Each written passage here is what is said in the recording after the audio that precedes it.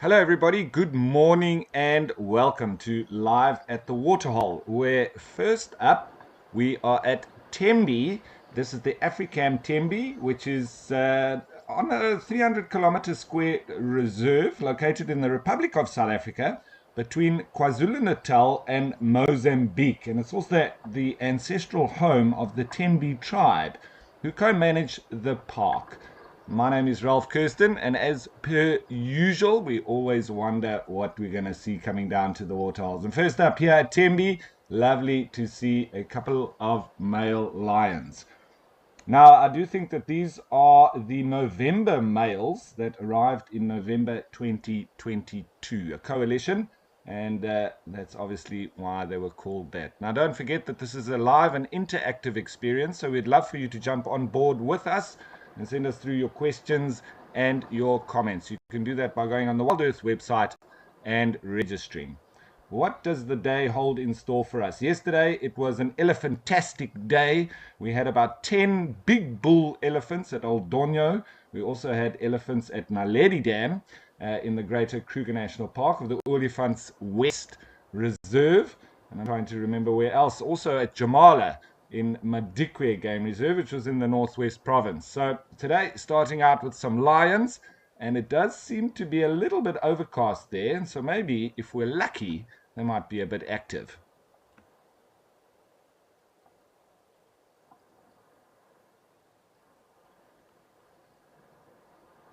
This time of the day, you can generally predict that lions aren't going to be too active, and sleepy lions during the day is quite the norm.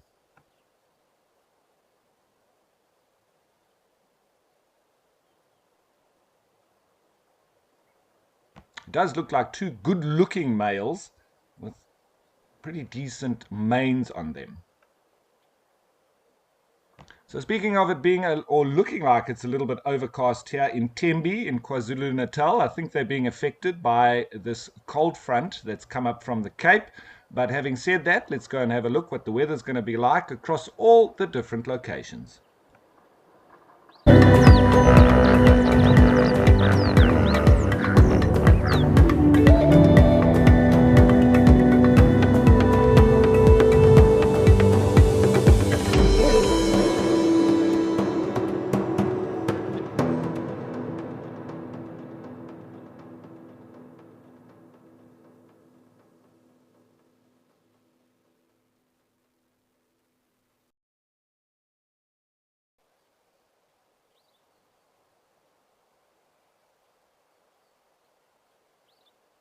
So as we saw there, it's a pretty mild day across most of the locations. However, here in KwaZulu-Natal, it is quite a chilly day, maxing out at about 12 degrees. So that's good for predator activity.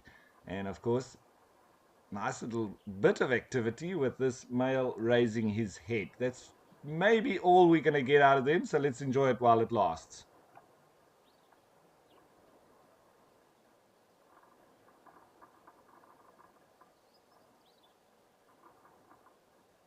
Big sigh there from that boy as he drops his head down and probably goes back to sleep.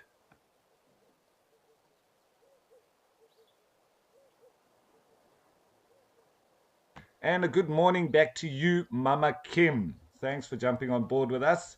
It's great to have you with us.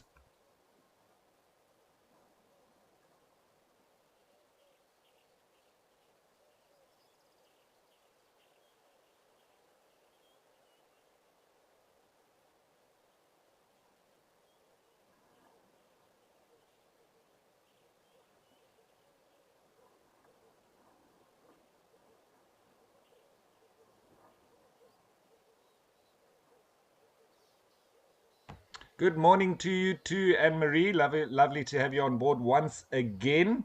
And as one of the regulars, it's lovely to see your comments once more.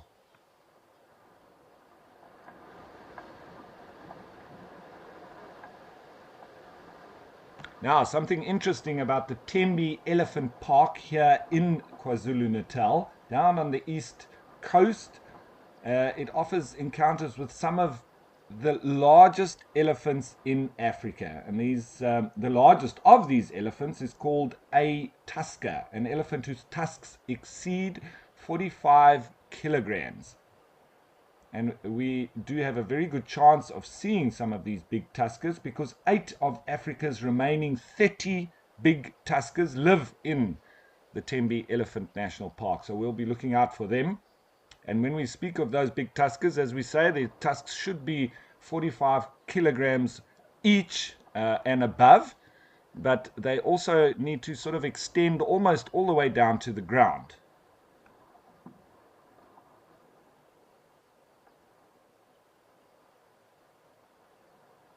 I think that's a yellow-billed stork just off on the left that is busy foraging, I think, in the water there.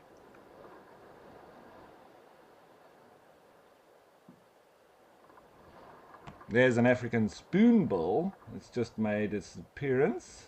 So I think there's a few different birds here. Oh, there's a few spoonbills.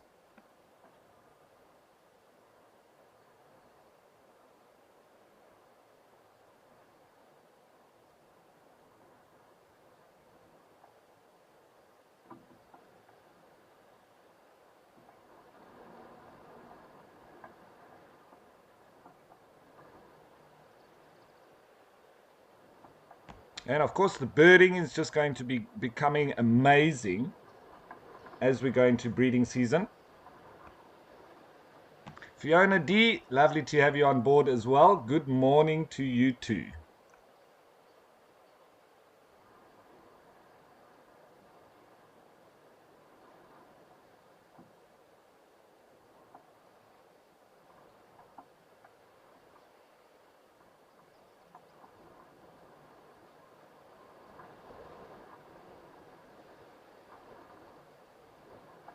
Looks like something's interested this male, getting his head up now. Just looking off to the side. It does seem to be quite windy, so that's the little wobbles on the camera that you're seeing.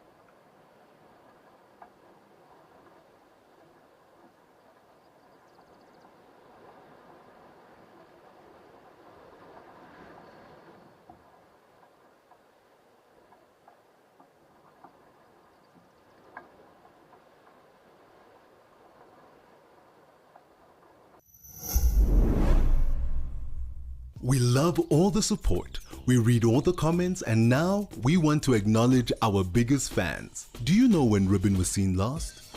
Or the names of June's cubs? Do you remember the last time we were up close and personal with an elephant? If you answered yes to any of these questions, then you are in for a treat. WildEarth's Fan of the Month. We are looking for you. For more details, make sure to read our monthly mailer and keep an eye out on our social media pages. WildEarth, it's in your nature.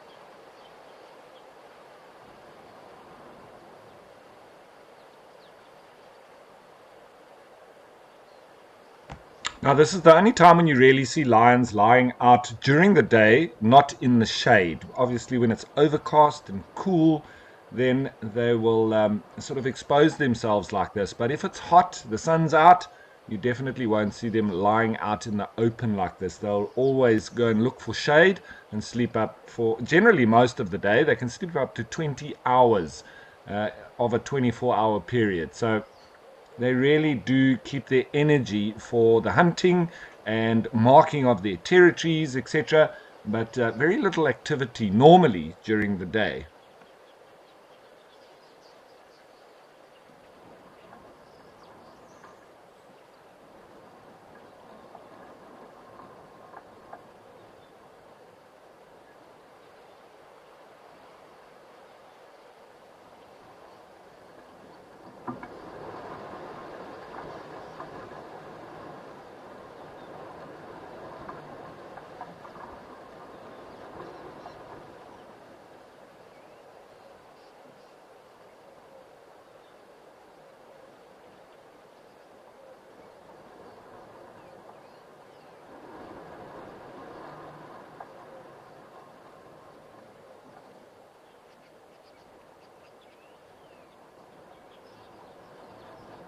Now, I see there's a question from one of the viewers, and I hope that I pronounce this correctly.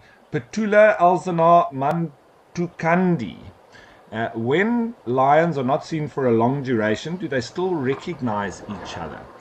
Now, I'm going to just say, Petula, that it depends. I mean, the lions will always recognize individuals that are part of the same pride. It's generally down to the smell that they will have. And so, yes, even if they haven't seen each other for some time, whether it's a few days or for whatever reason, if the males go off to patrol their territory and then return to the pride, sometimes it can be a couple of weeks even, but they will have a very intricate greeting ceremony if it's a recognizable pride that they're a part of.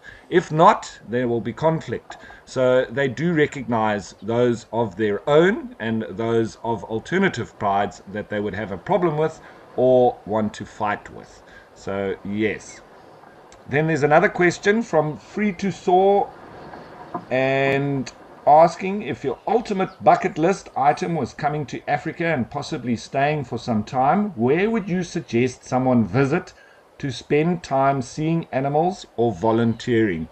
Now, Free to Soar, there's lots and lots of different possibilities, but absolutely coming to Africa as part of your bucket list, it is definitely one of those tick off items. And it depends on what you would like to be immersed with. Would it just like to be wilderness and wildlife, or is it a little bit more around adventure and so on? So Cape Town and the Garden Route obviously has a very big draw card because of all the adventure activities and the very iconic places to visit along from Table Mountain through wilderness and the areas up the Garden Route. So that area is very attractive to a lot of the general public. But then when you want to go for real wilderness, you need to get into the Greater Kruger National Park area.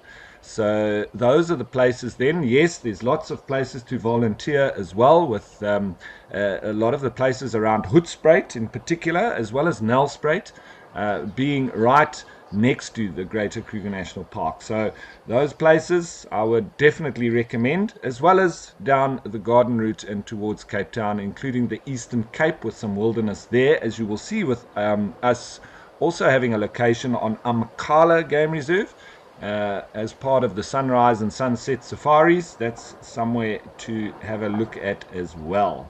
But it's all down to your personal needs and interests.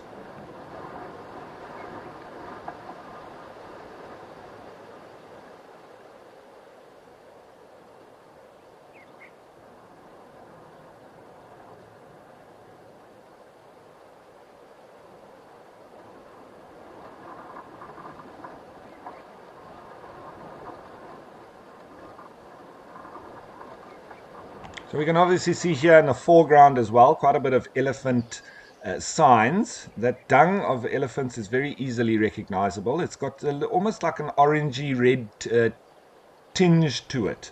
And that's a lot down to, especially in winter, when elephants go feeding on the inner bark of the trees, and they start stripping the bark to get to that inner cambium, and then it does give that red color to the dung itself. And you often see with the porcupines, who also do similar, albeit on a much smaller scale, they like to chew on the trees and get into that inner cambium as well. And when we find porcupine dung and break it open, you very often have almost the exact same color as you see here with the elephant dung. If it was rhino, you get more of a black color to it. And that's down to the chitin in the grass that they feed on. And here I'm talking about white rhino. A black rhino would have a little bit more of a tinge towards what we're seeing here with the elephant. So you can mistaken black rhino with elephant dung, but white rhino, it's definitely got a black coloration, especially on the outer parts of the dung, and so easily then to recognize it, as well as it all consisting generally of grass as opposed to sticks and branches and leaves, etc.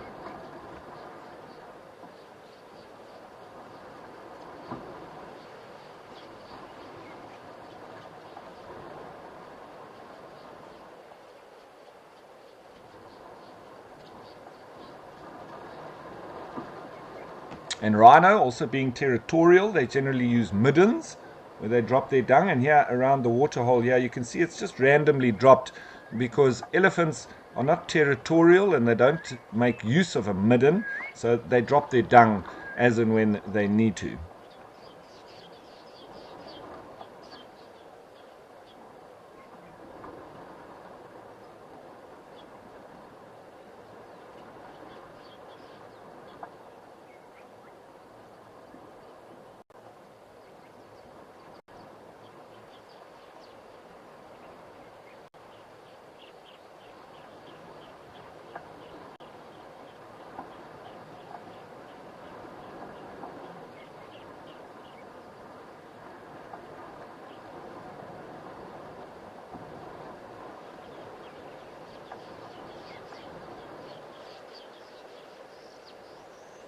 Righty, so as we go on through the show, we'll be jumping around to different locations. We've got all sorts of cameras across southern Africa and into East Africa, and we generally let the animals dictate where we're going to be going to. And one of the waterholes that is the busiest of the lot is in Kenya, but it's been a lovely start here. And the first time for me actually at this waterhole in Tembe in the KwaZulu-Natal province of South Africa. But I think, as per usual, there's lots of activity up in Kenya, so I think we'll head on up over there to Africam Old Donyo.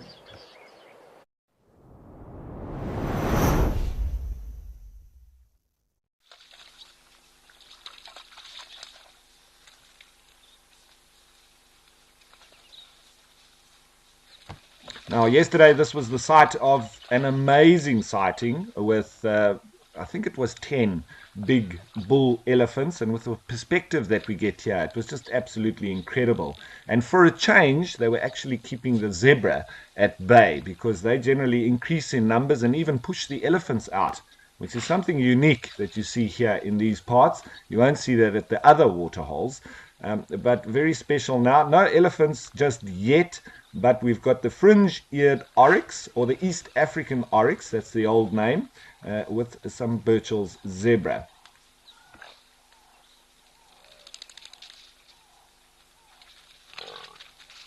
And a Maasai giraffe making an appearance. Now remember that this is located on over 111,000 hectares of private land in the heart of the Chulu Hills between Kenya's Tsavo and Amboseli National Park.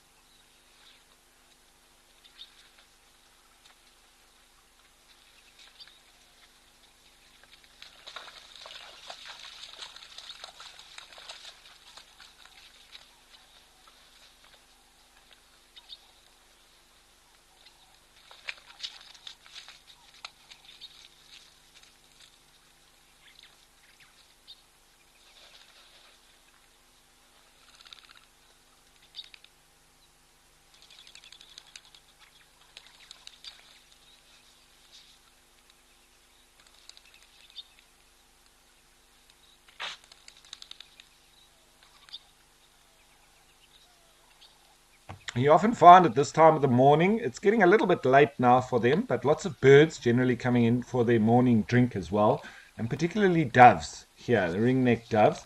But when they do come in, you often notice that the animals do become a bit more skittish, and I think it's just down to the noise that they make when they fly in and out, a very particular sound that the doves make as well. But it does put the animals on their toes because there's a lot of noise happening when they're flying in and out. And obviously, they need to keep their eyes out for predators, where there is a high concentration, especially of lions here. So there's the likes of cheetah, leopard, too. So they do need to keep their wits about them. And just that noise from the bird, I think, just adds to their anxiety.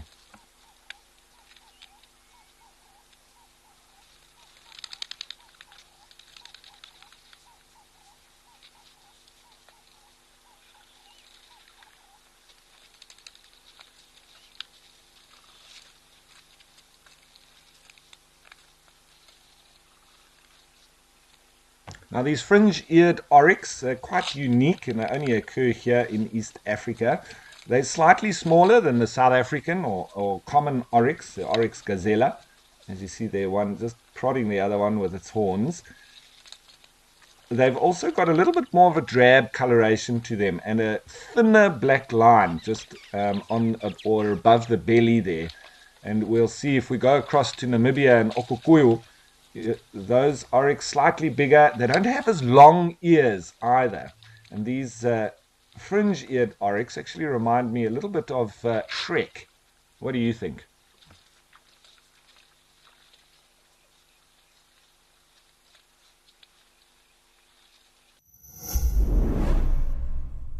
Are you WildEarth's biggest fan? Well, we have a brand new competition for you. Join our naturalists on Safari Live and listen out for weekly questions. To enter the competition, head over to our Instagram, search #WildEarthFanOfTheMonth and comment your answer under the post. The monthly winner will be determined by the total quickest and most correct answers. We announce our winner at the end of every month. Tune in to Safari Live daily.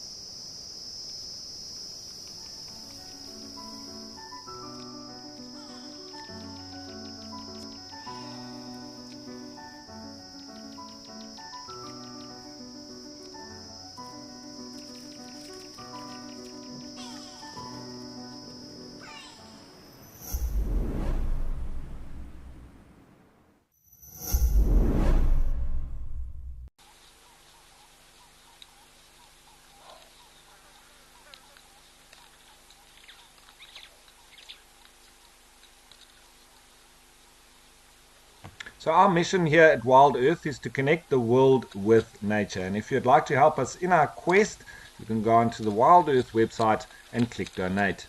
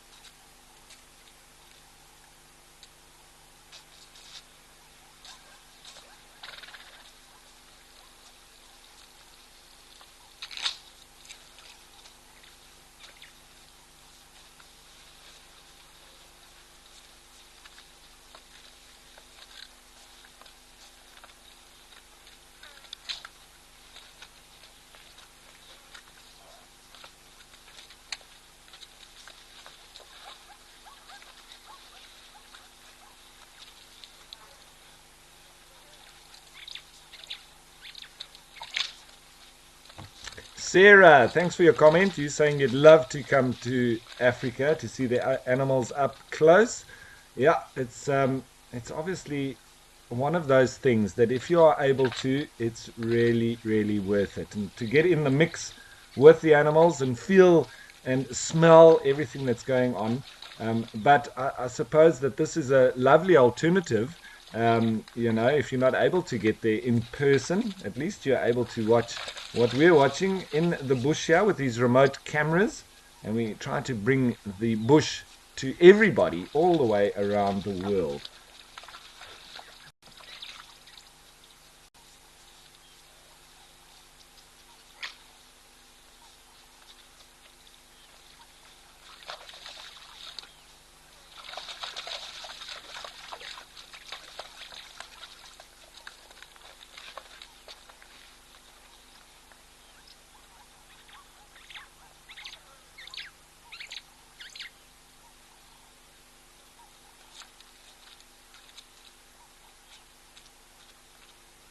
Sounds like a starling calling there in the background. I can't see it, but it does have a starling-like call to it.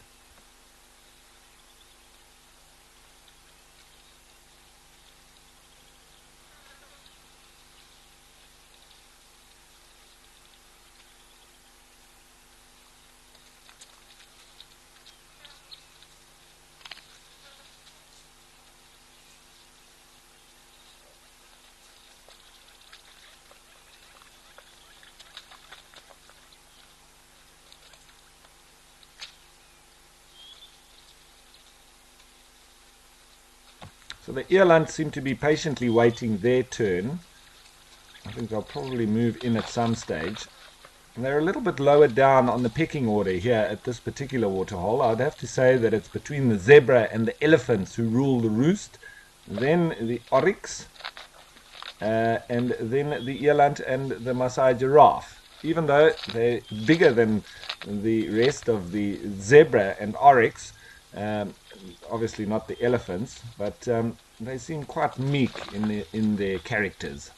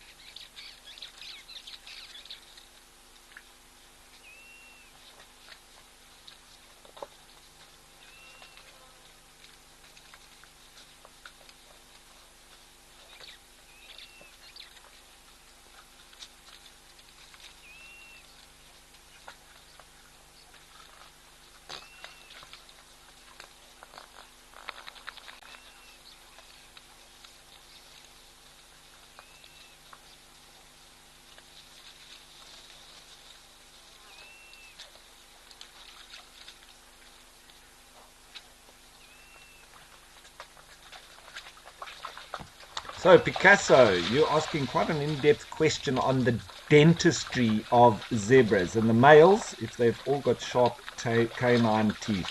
Picasso, as far as I know, they do. And that's where you see a lot of the tails being bitten off. But I'm going to dig a little bit deeper there. That's a lovely question. I always love these kind of questions because it makes me do a little bit of research and just confirm my thoughts. And sometimes, I do sort of just jump onto my experience. And like yesterday, we had the question around the big tuskers and why we have a lot here in Kenya that have very big tusks that we don't generally see in South Africa or in those parts. And then we discussed the sort of ivory trade and the genetics that have been passed on through the last couple of centuries. So, Picasso, I'm just going to do a little bit of digging into the differences between the Birchall zebra as well as the different mountain zebras, the Cape and the Hartmann's mountain zebra, and if there's any real difference in their dental structure. And I'll get right back to you.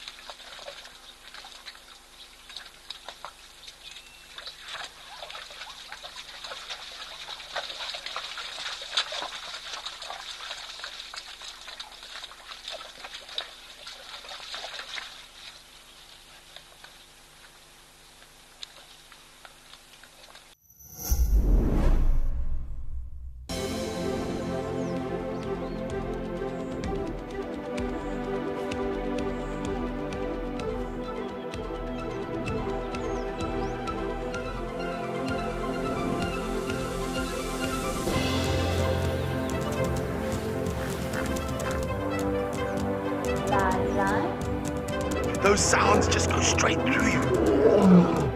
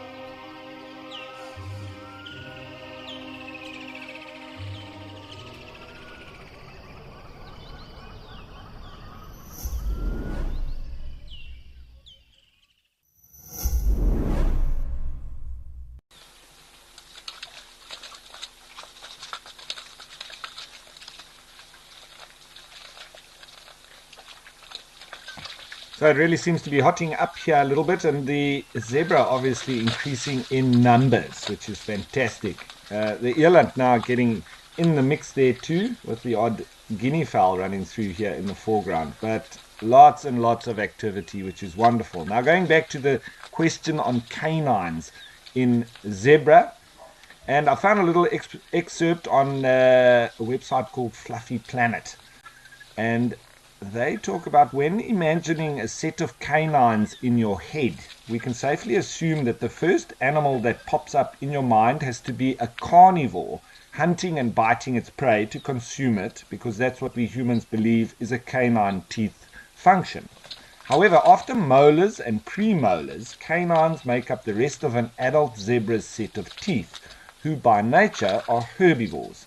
On average, a zebra has a total of 16 canines in its mouth, and normally averaging out at around 40 teeth in total, not canines, overall.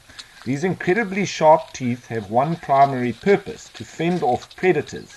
In the event of an assault, zebras can use their canines to bite their predators back in an effort to get them to back off. Male zebras also use their canines to impress a female through multiple aggressive displays against other males in the herd. These displays often entail two male zebras fighting with each other by butting heads and loudly clashing their canines together as a sort of warning to the other males. And this behavior helps maintain social order and prevent injury to both the males and the females during mating.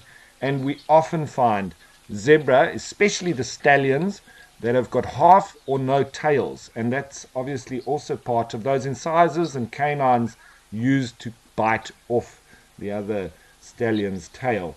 And we had one here yesterday. I've actually seen him a couple of days in a row who's got a half a tail, and we always find in the different zebra groupings these half-tailed or no-tailed zebra, which is very interesting. But I'm still not at the definitive answer if all zebra, that includes the Grevy's zebra and the mountain zebra and the plains zebra, have these canines. So I'm going to do a little bit more digging there for you, Picasso.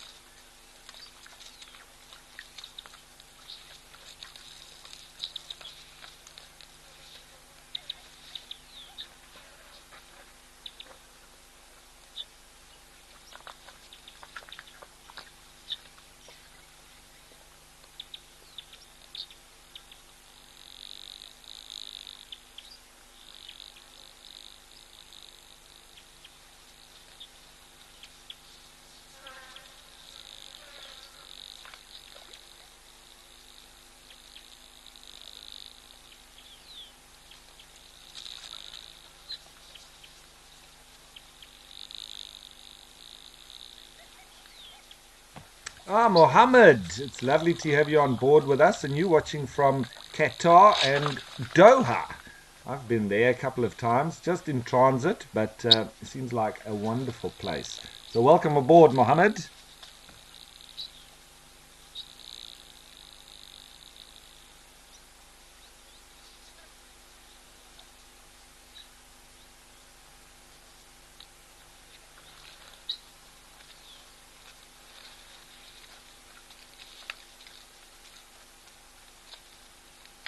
And Wise, wow, we've got a real international audience today. You commenting from New York. That is fantastic. Monzi in particular. Now, is that Shoshana Wise? Welcome aboard.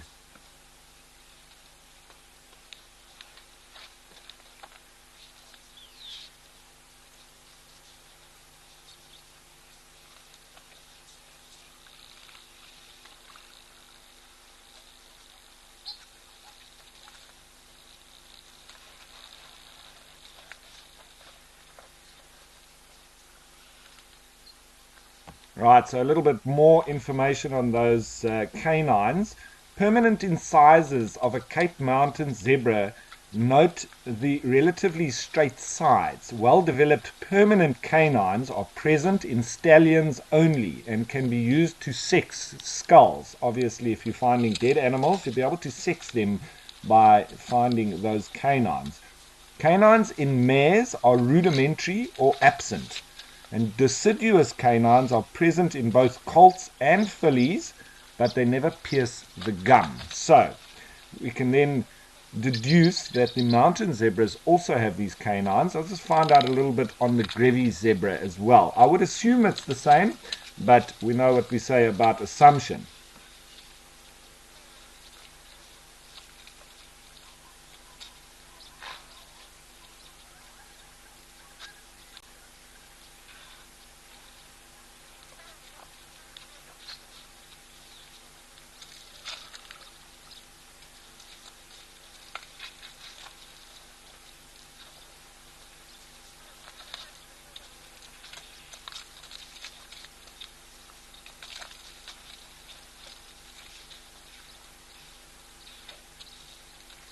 And Picasso, I can confirm that indeed the Grevy zebra also do have canines. Males have 4 more teeth than the female, and short pointed canines are used for fighting.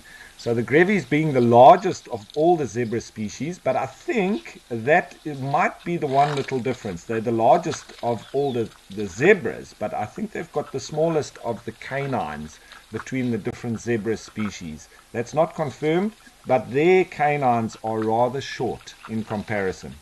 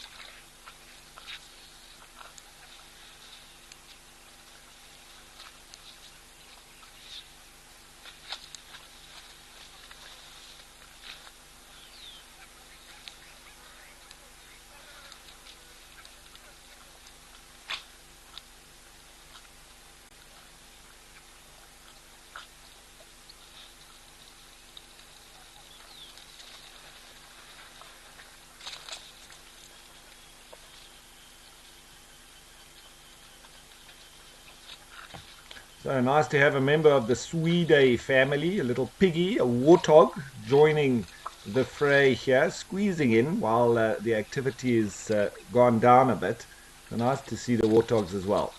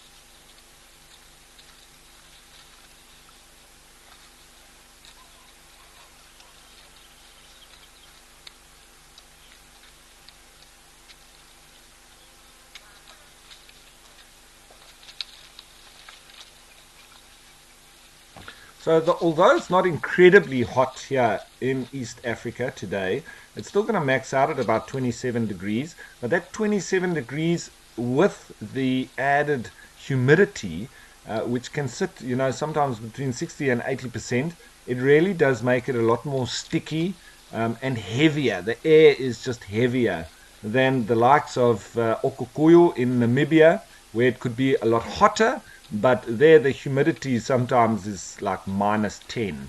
So it's very dry and a super desert, and you just don't feel that heat as much as you may do in these parts.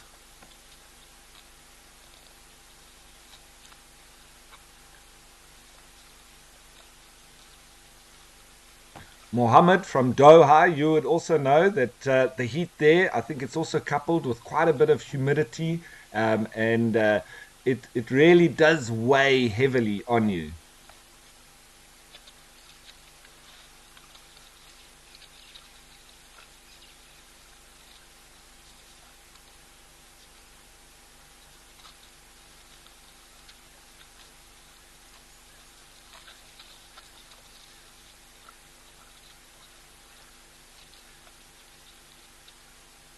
All right, so there was a lovely activity here at Old Donyo as per usual, but we're going to have to just try and get the other locations in as well. I'm sure we'll be coming back here at some stage. But for now, I think let's head on over to the Northwest Province in South Africa, the Madikwe Game Reserve, and Jamala.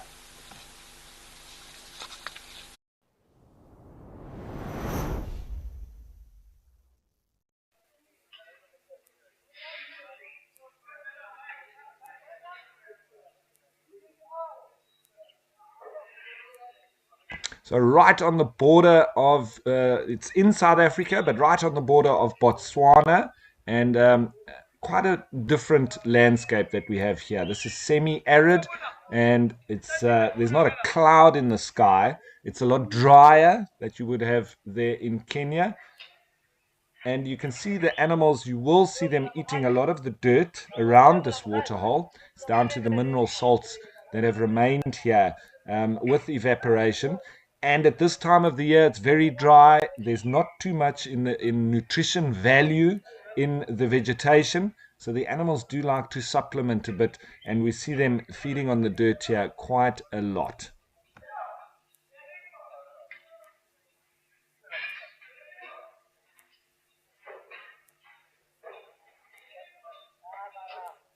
Yesterday there was a lovely big breeding herd of elephants that were here, so it was lovely to watch.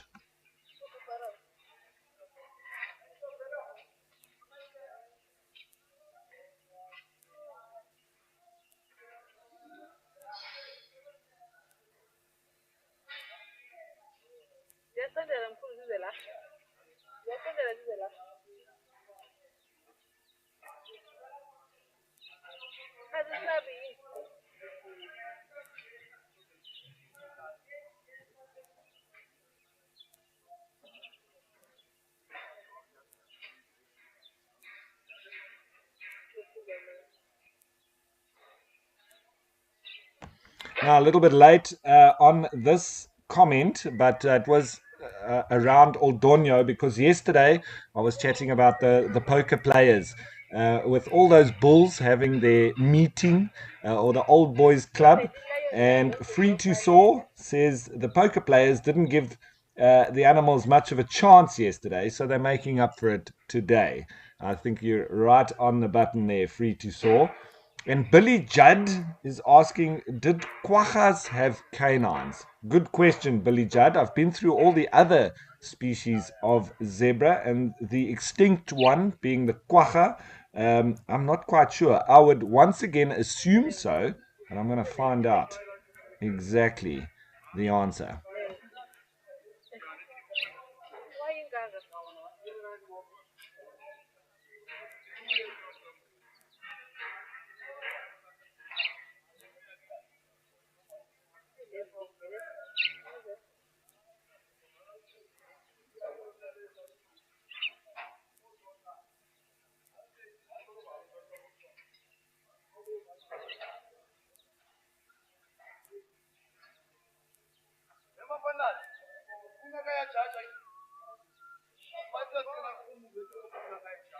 Now, if anyone was wondering, especially our international viewers, what a quagga is, it was a species of zebra that was hunted to extinction, and they were distinguished from zebras by the fading of their stripes on their back ends. And upon each individual quagga was a unique pattern and distribution of stripes. No two quagga looked exactly alike, and some described the animal as resembling a zebra from the front and a horse from the back.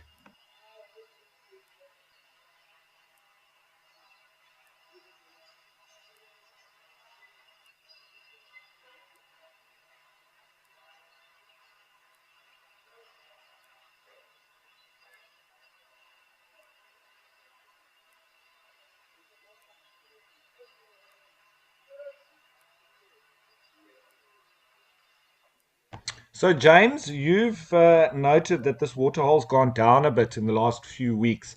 Well, James, this waterhole is artificially topped up, so I'm sure if it does go down, we did see it decrease, and then they filled it up, and now it's gone down again. So it's a little bit of a cycle, and obviously in these dry times in winter, they will be supplementing the water for the animals, just making sure that they've got a permanent water source. And so the levels of the water here, I've already noticed, does fluctuate. And there's a pipe actually coming in on the right hand side of this water hole, and so they do keep it topped up.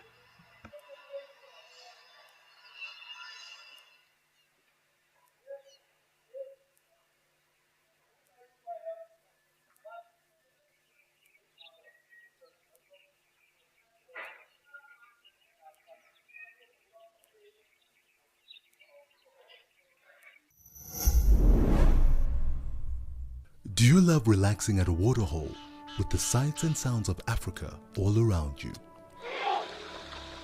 Well, we have some really exciting news for you. From August 1st, Africam is joining forces with WildEarth to bring the majesty of Africa right into your living room with 9 incredible new waterhole cameras from across South Africa and Kenya. Get ready to embark on a new journey. This is Live at the Waterhole.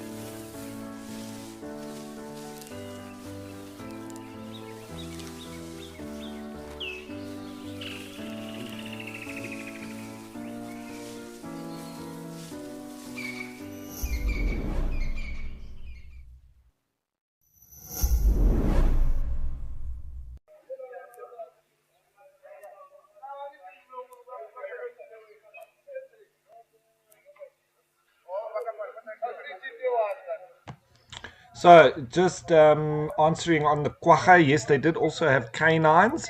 So, it is confirmed that all the species of zebra did, in fact, and do, in fact, have canines. But I'm going to continue on a little bit more about quagga as we go on. It's a lovely subject. I think for now, though, I think let's go check in with those lions back at Africam Tembe in KwaZulu-Natal.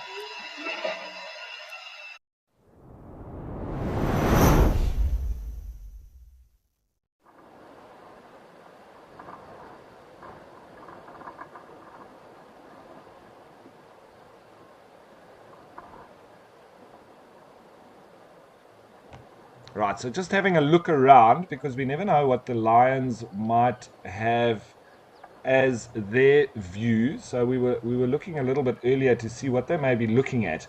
But nice also just to see the environment or where these lions are lying.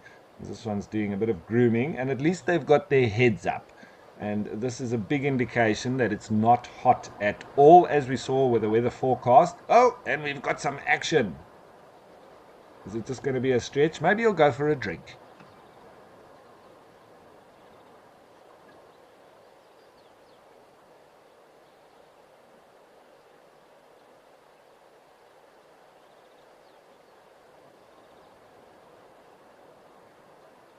Now, this is what you always wait for with predators. Lovely to see them drinking.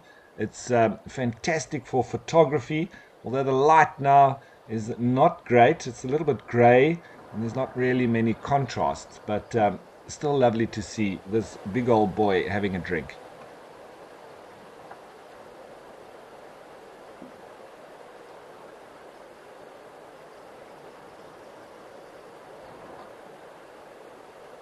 It is for me now the second mammal predator that we've had on the dam cameras. The first one was wild dogs that we had, I think it was in the Greater Kruger, Naledi Dam or somewhere there. And we just missed them at Jamala. They were present just before the show started. But now this being the second. So I always do hope for predators, but generally the time that we're on the show, 9:30 to 12:30, it's not conducive to a lot of predator activity, but you never know when we're going to get lucky. And well, today is one of those days.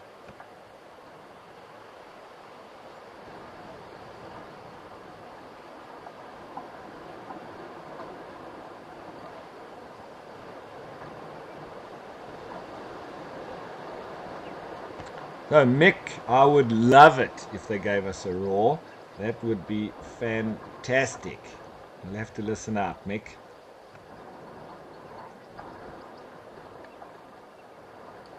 It just takes for one to start, and then they'll both get going. Holding thumbs.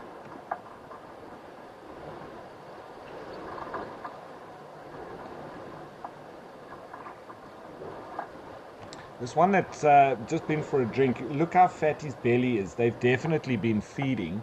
I haven't noticed any blood around their faces, but the swelling of that belly there is definitely an indication that they've fed maybe last night, but very recently.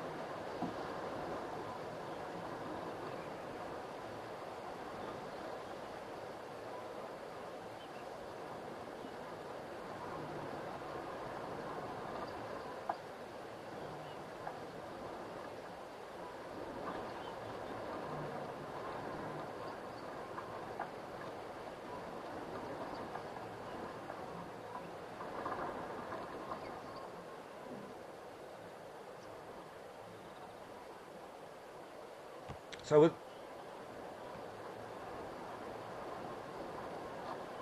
once again, just a reminder that this is a live and interactive experience, so we'd love for you to jump on board with us. Send us through your questions and your comments. You can do that by going on the WildEarth website and registering.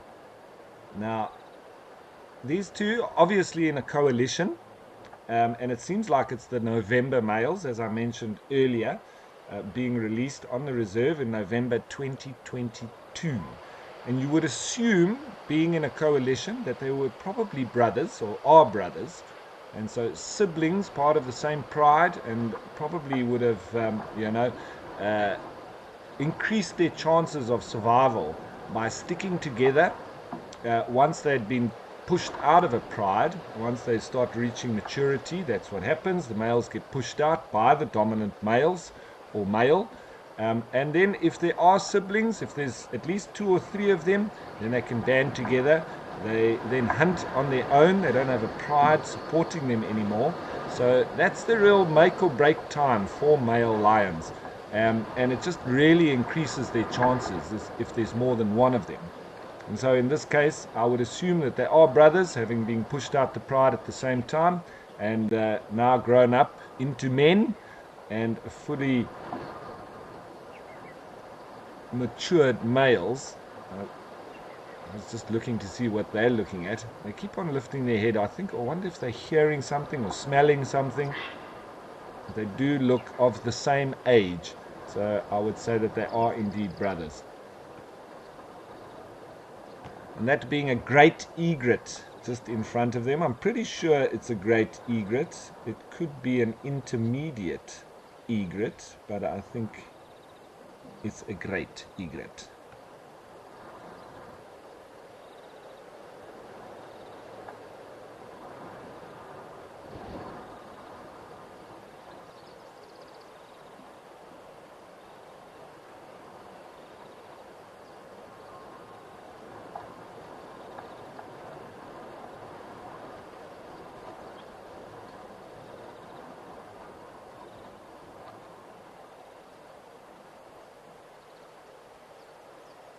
And you would also assume, see lots of assumptions going on here, but you would also think that with them having such fat bellies like that, the chances of us seeing them hunt is probably quite low, as a little hammerkop now has just landed in the foreground. And although the lions won't be making a hunt anytime soon, I think that hammerkop just did. I don't know if that was a frog or what, but I think it just swallowed him down.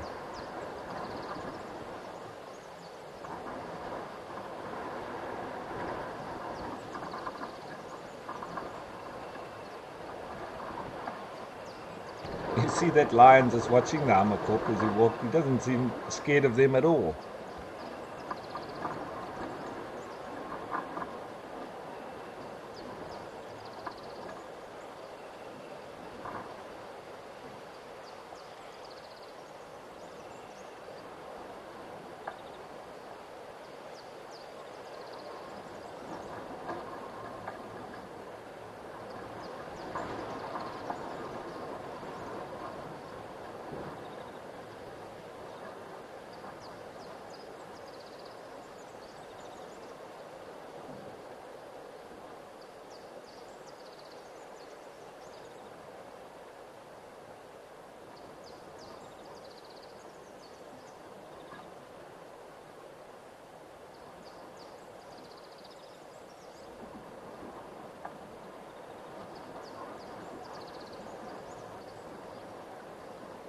Free to soar. Thanks for your comment once again. And yes, they are really handsome boys.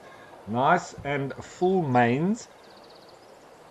I'm not sure on their exact ages, but I would say that they definitely older than about 4 years old. So maybe 5 or 6. That's as an educated guess.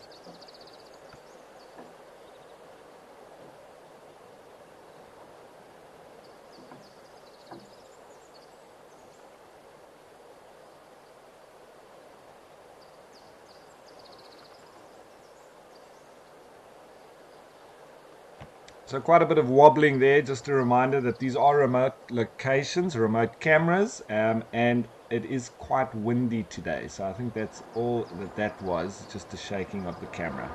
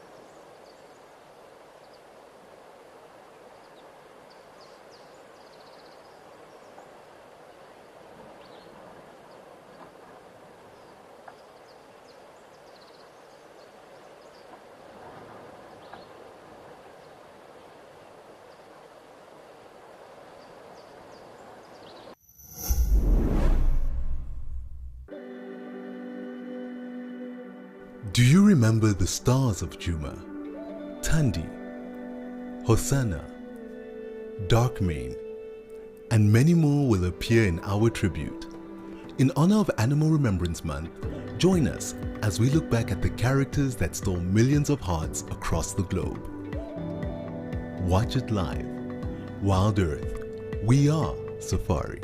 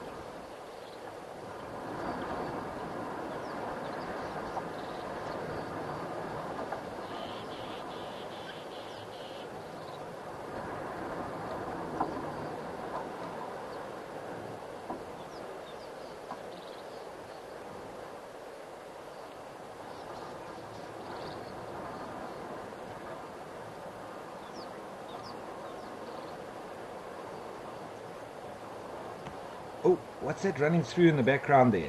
Oh, it's mongoose. Is it banded mongoose? They may be coming in just here behind the lions, moving through the brush there. Rather large mongoose, but there's a family of them. There's more coming now. I think it's banded mongoose.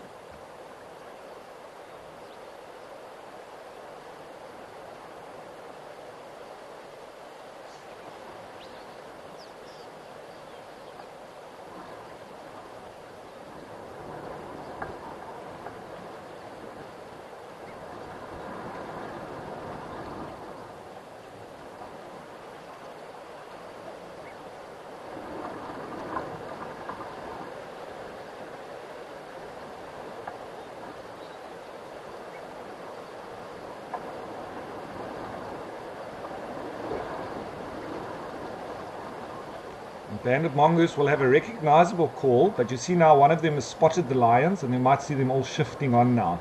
So they normally have a contact call that's very soft, but if they've spotted these lions now, there might be a little bit of a tweet, and then they'll start moving on. But you can see they're just sticking to the brush there in the background.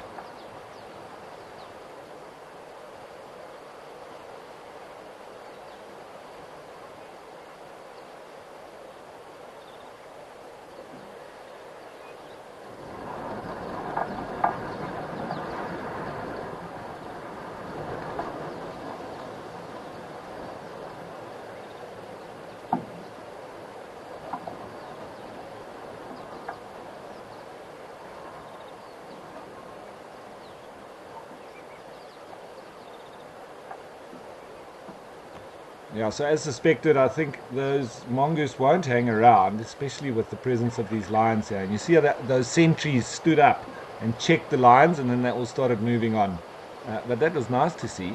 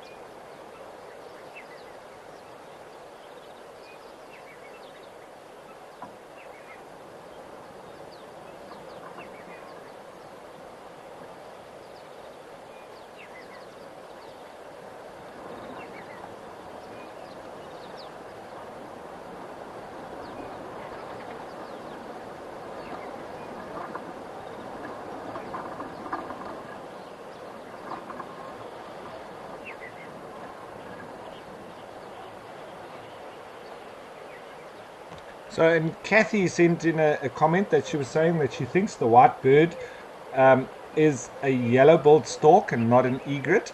Kathy, there was both. There was a yellow-billed stork and there was an egret as well. So I'm not sure if you were mixing them up, but I'm definitely 100% sure that the yellow-billed stork had his yellow bill and a much thicker, broader bill, and then the great egret had black thin stilt-like legs and also a little black bill. So there were definitely both of those species there, Kathy.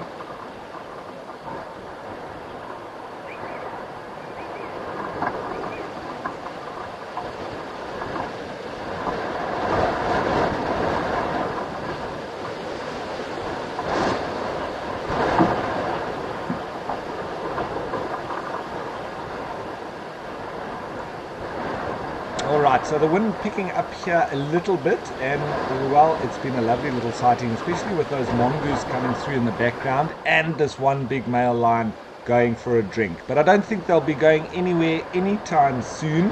So let's hop on over while it's windy. Let's go back to Madikwe, but this time change of location. Let's go to Africam Tower.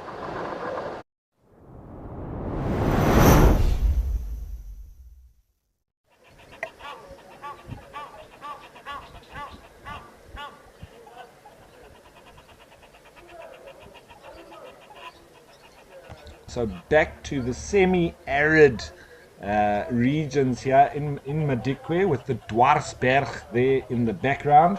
And lovely that we've got a nice group of wildebeest coming in to drink. I'm sure we'll be able to see a lot of birds here as well. There's a lot of resident birds, from Egyptian geese to white-faced whistling ducks and coots and moor hens and the little three-banded plover and all sorts. So lovely location this is. I'm sure there'll be some zebra coming through, maybe even some springbok.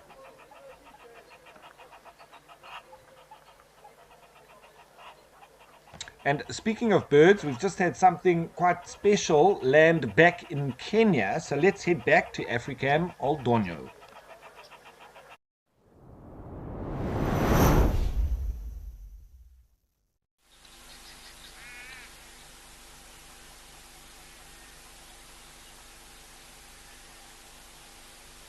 Can you see that bird next to the water? I think we'll just try and get in a little bit closer. There we go. Right. Now, birding quiz. Folks, what bird is this? It is a lovely individual as well.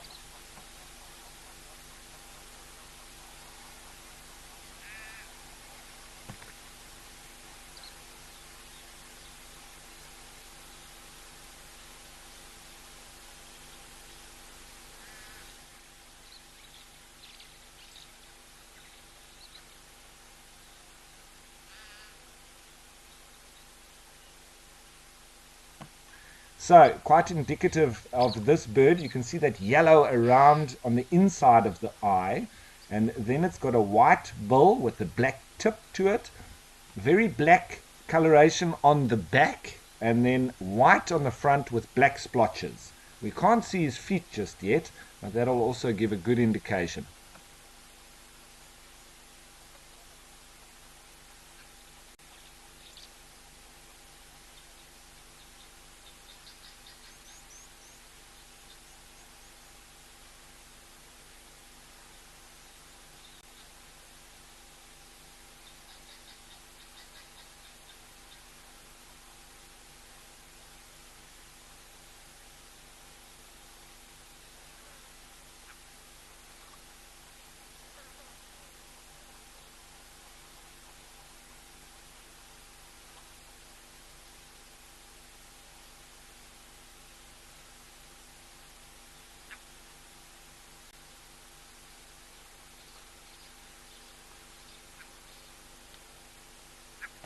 So Wally's saying a martial eagle. I'm not going to give the answer away just yet. That's a very good answer.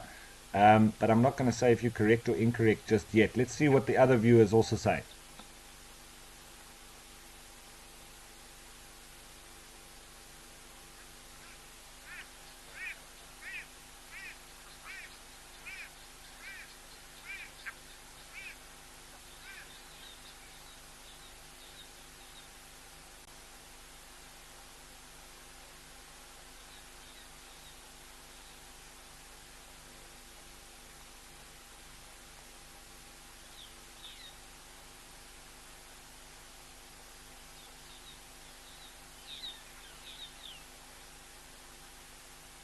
Right, so Kenneth, you're saying hawk eagle. I'm assuming you would be saying the African hawk eagle.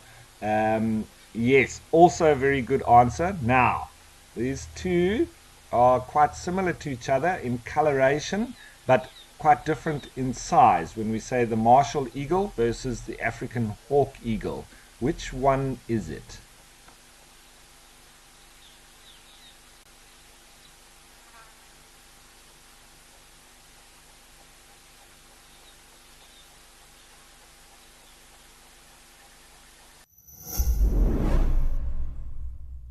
Discover the wonders of the wild with Safari Snaps, Africam's fun community game. While enjoying the live streams, simply tag the animal you spot. Each tag earns you points based on the rarity of the species. The rarer, the more points you score. Your profile and the Safari Snaps leaderboard will keep track of your impressive tagging skills. Join us on Safari Snaps and let's celebrate the wonders of African wildlife together.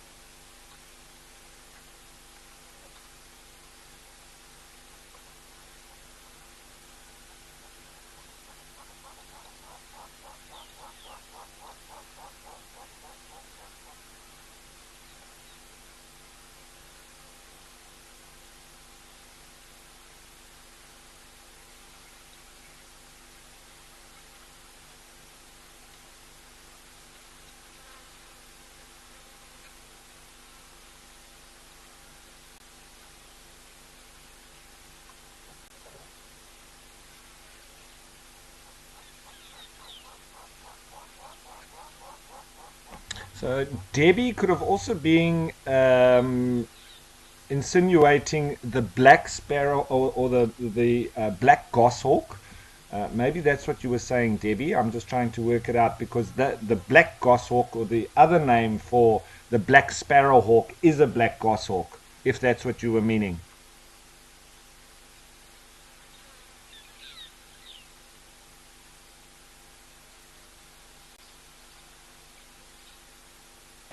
Right, so I'm just going to start with, as I said, the distinguishable characteristics, and we've got that splotchiness on the chest of this bird. Also, a little bit of an upright stance to it.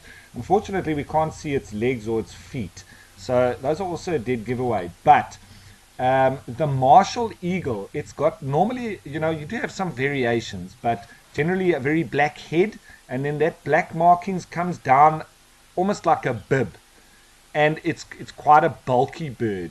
So it's not a martial eagle. And the black sparrowhawk has this kind of stance that stands up like that, but they also don't have feathers on their legs. And well, as I say, we can't see its legs, so we're not going to assume that. But this has got quite a bulky head, not a bulky body. And the black sparrowhawk, it's got quite a small head, and it doesn't really have this black splotchiness on the chest itself. So this bird is indeed the African hawk eagle. African hawk eagle.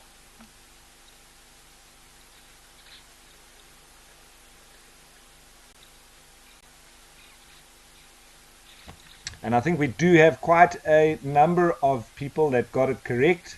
That was Joy in the UK. There was Lorraine. There's Felt Orca.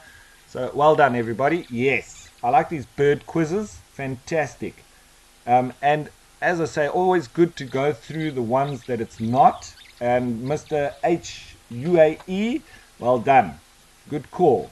But those were all close calls. And it's good to just have a guess, even if you don't know for sure. And then we go through the incorrect answers, and then I'll tell you which one it is with all those correct characteristics.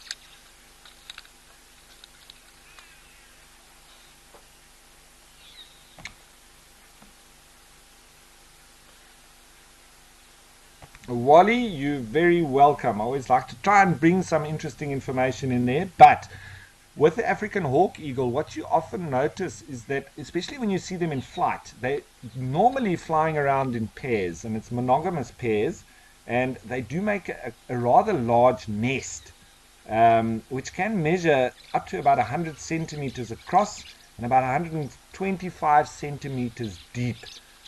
So rather large nests indeed. And they're often seen, and I've seen them, cooperatively hunting together, chasing after guinea fowl and the like, sometimes pheasants, or like franklin and spurfowl. But guinea fowl, I think, is one of their preferences.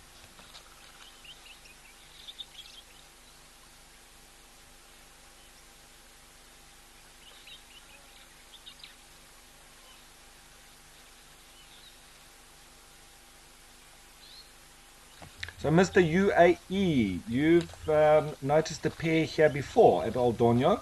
I think I just saw one. I don't know if it was the same individual, might have been a different one, but I've had one in the water like this before on my shift. And I've also had a gymnogene, or an African harrier hawk, that was bathing in the water too. So this isn't the first time, but I haven't seen a pair. I would love to see that.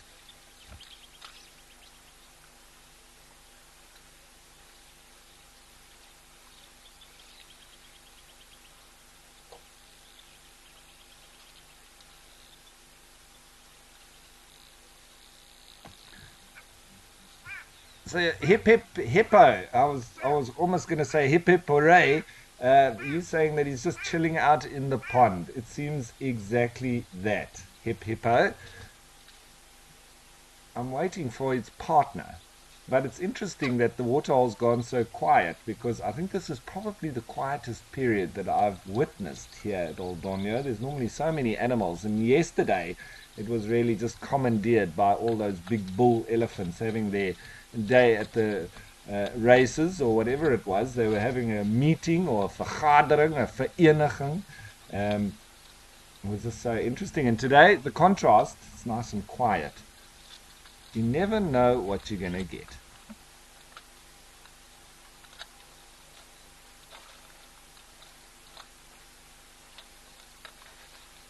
So Debbie, with the feathers sort of fluffed out in front there, I think this bird is soaking its feathers a little bit. It might just be taking a respite as well. Maybe it's a bit tired. It's not respiring excessively, so I don't know about that. But maybe it's just catching a bit of a cool off. Its feet are maybe in the water, so that's a big part of the exposed flesh on the skin there. It's obviously got scales on its feet, but it would help in cooling off. And so maybe it's had quite an energetic morning, and now it's just taking time to chill out.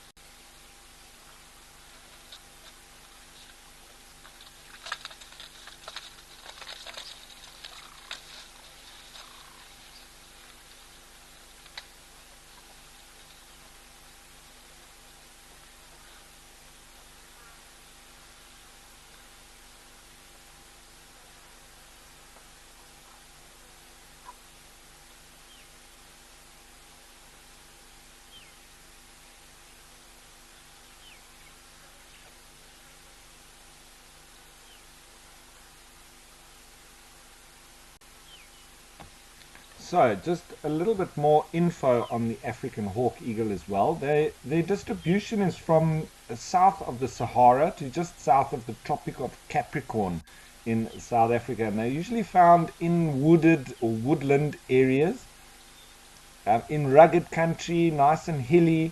They generally avoid dense evergreen forests,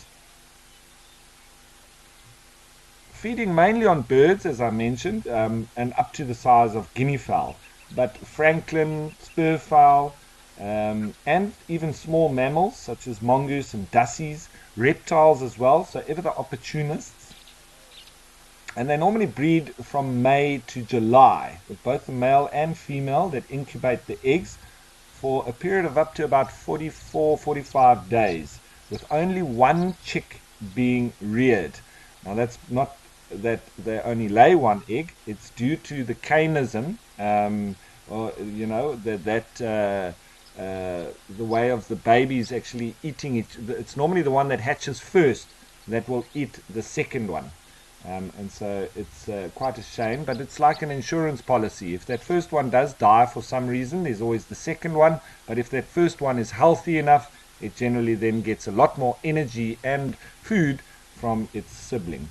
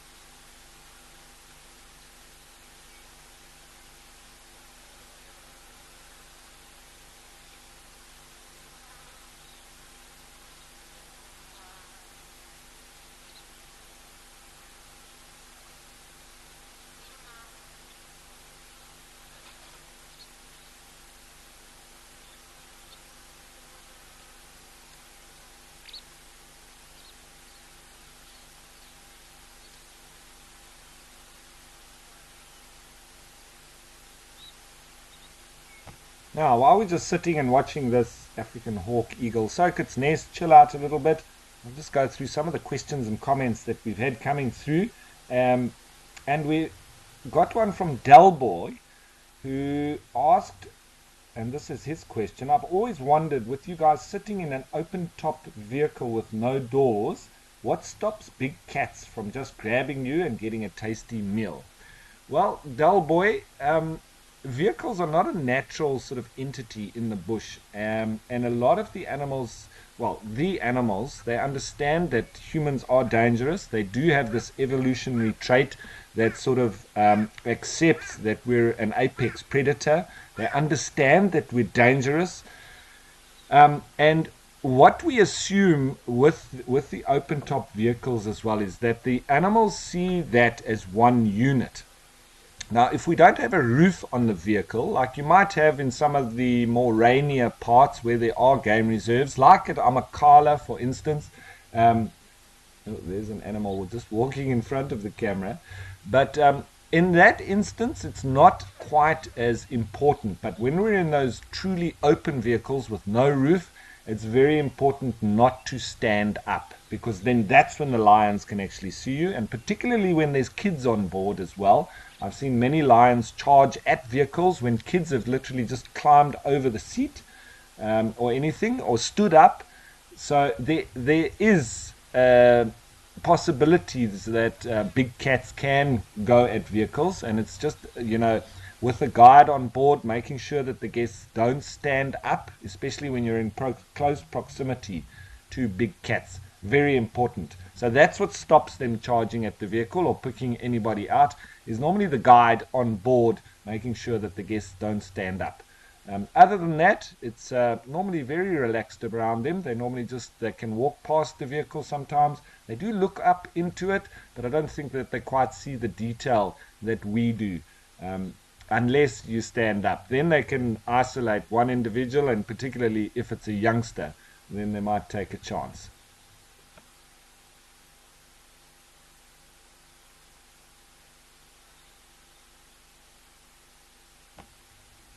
So some of those monkeys just came through there. Looks like they've disappeared off now.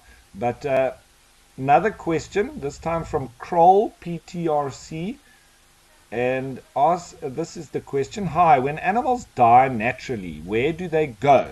I'm thinking of elephants in particular, or do they just become fodder for the other animals? And that was Pat in West Wales, UK. Thanks a lot for your question, Pat. And to answer your question, the animals, they remain where they are in the wild. And if we have to take Oldono here for an example, when an animal dies, immediately it will become food for the predators. So if for instance, this giraffe had to die here for whatever reason, it either dies of old age, not that many animals actually get to an age old enough to just die of natural causes. They normally get taken out by predators before that, and in so doing, it's actually quite a good thing for the animals, their well-being, because they don't really suffer for very long. So let's just say that this giraffe dies here. Within one day, especially once it goes into nighttime as well, the predators will be starting to move through here. And it will be the likes of jackals and hyenas that maybe get to it first, depending. It might be a lion, who they are also very good scavengers. They don't necessarily have to kill their own food. And so if they come across this, they'll immediately open it up. And then there'll be a lot of blood that will be spilt. And with the carcass being opened up, a lot of smell then will be released. And particularly if it carries on into the next day in the sunlight, we know the rotting starts to occur, and that then obviously spreads the smell even more. So when that smell then starts to spread, you're going to have a lot more interest from all of the predators, and that will include lions, leopards, hyenas, jackals, and it will literally become a feeding frenzy. And that will then, the hyenas will also spread the bones, and that goes from giraffe to elephants to any other animal as well. So it won't take long for that animal to be completely eaten and spread, and it literally becomes the food for the rest of the living.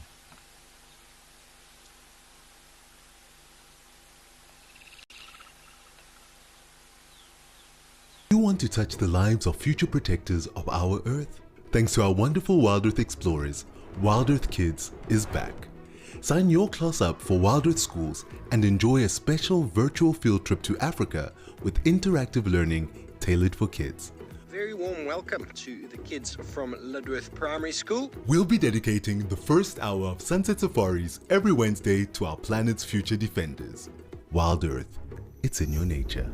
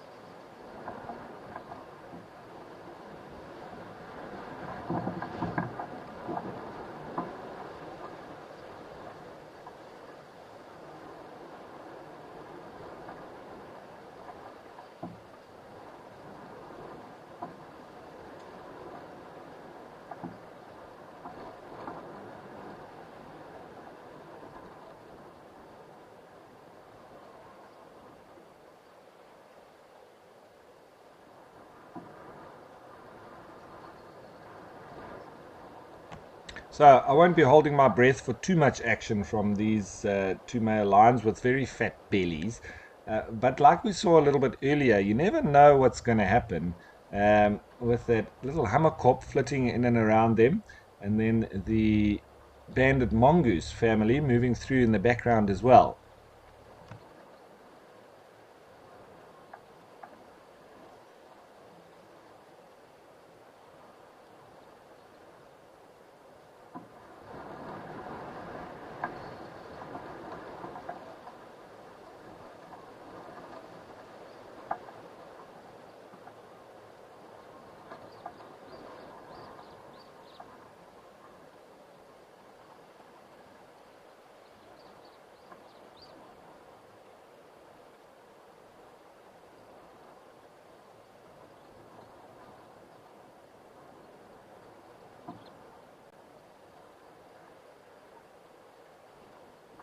All right, so as per usual, we'll keep an eye on these two males here at Tembe. But for the time being, let's head back to the Madikwe Game Reserve and back to Africam Tower.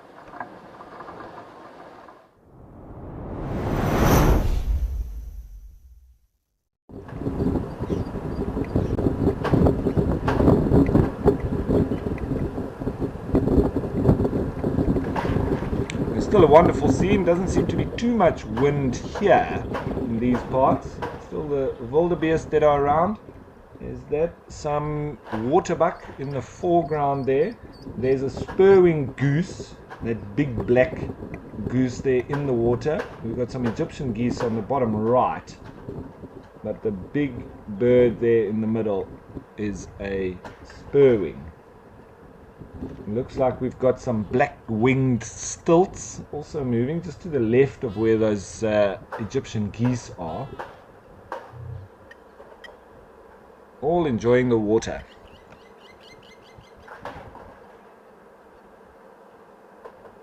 There's a crocodile, bottom left. Just see.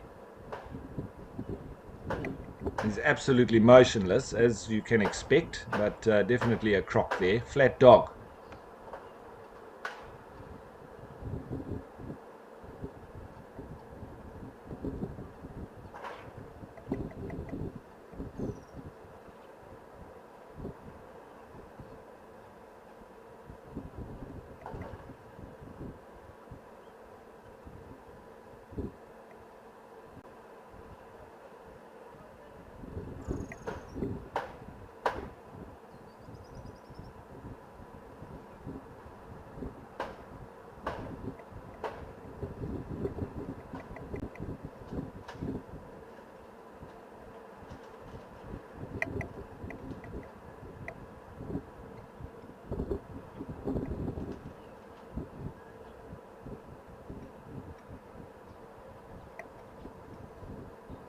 Now, we were speaking about the quagga earlier, and I've got an excerpt here which was written by Thomas Page and Colin Hancock from the CNN. And it goes like this. Never heard of the quagga? You're not alone. The animal, a relative of the zebra, went extinct over 100 years ago. Now a group of scientists outside of Cape Town are bringing it back. Like zebras, the quagga has stripes, though these only appear on the front half of their bodies. Unlike the zebra, they are brown along the rear half of their body. These animals used to roam South Africa in vast herds, but European settlers fixed the beasts in their sights, killing them at an alarming rate. By the 1880s, the last known example had died. Now, however, scientists have bred an animal that looks strikingly similar with the help of DNA and selective breeding. This is reverse engineering. A group called the Quagga Project has worked to resurrect the little-known species. According to Eric Harley, the project's leader and a professor at Cape Town University, the key was hidden in the animal's genetics. Testing remaining quagga skins revealed the animal was in fact a subspecies of the plain zebra. Harley hypothesized that the genes which characterized the quagga would still be present in the zebra and could manifest through selective breeding. With each new group of foals, the distinct colorings have become stronger and more defined. The progress of the project has in fact followed that prediction. And in fact, we have, over the course of 4 to 5 generations, seen a progressive reduction in striping and lately an increase in the brown background color, showing that our original idea was in fact correct, says Harley. A zebra can change its stripes. The project has not been without its critics, and critics are good because that's how we, redefine or define the answer with the critics that come along, which is great. Some have called the project a stunt, saying all that's been created is a different looking zebra, without taking into account the ecological adaptations or behavior differences in the original quagga. There are a lot of detractors who are saying you can't possibly put back the same as what was here, says fellow project leader Mike Gregor. These animals might not be genetically the same, adds Gregor, who admits that there might have been other genetic characteristics and adaptations that we haven't taken into account. Accordingly, these creatures are named Rau quaggas, after Reinhold Rau, one of the project's originators. Only 6 of the 100 animals on the reserve currently hold this title, but when the number reaches 50, there are plans for the herd to live together in one reserve. What we're saying is you can try and do something, or you could just not, argues Gregor. And I think us trying to remedy something is better than doing nothing at all. If we can retrieve the animals, or retrieve at least the appearance of the quagga, then we can say we've righted a wrong. I like the idea. Is it exactly correct? I don't know. What do you think?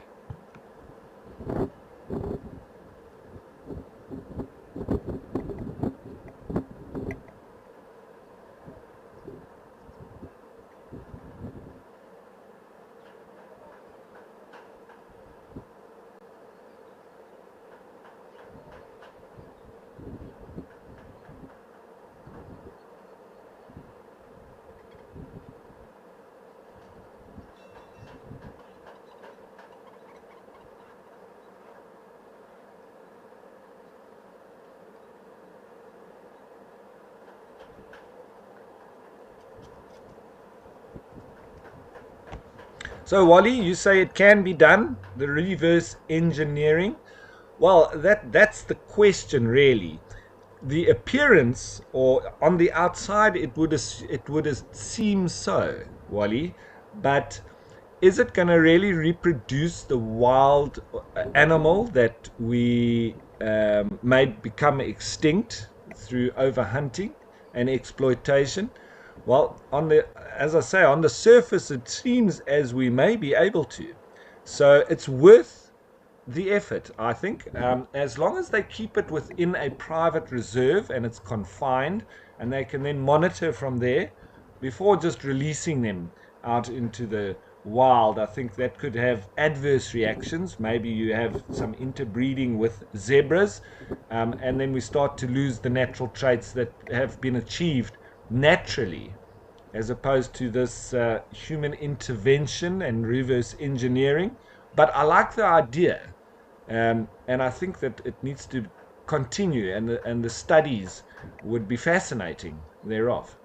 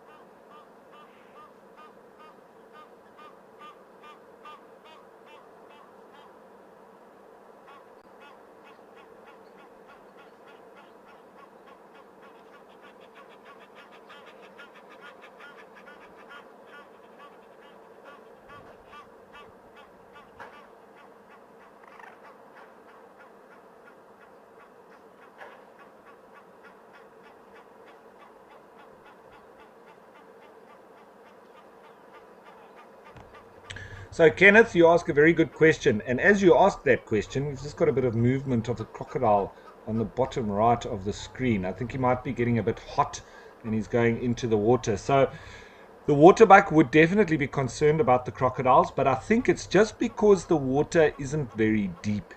So, the crocodile really needs to be able to pull the animals into an area where they can't stand, because then that's how they drown them. So I think the waterbuck, with it not being very deep, that's why they're not as worried as they may be if it was deeper.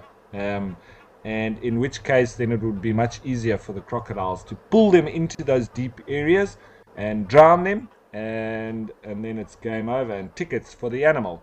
So prey species, they do get taken out by predators, but they're also not stupid. And in this case, it's just down to almost a risk and reward.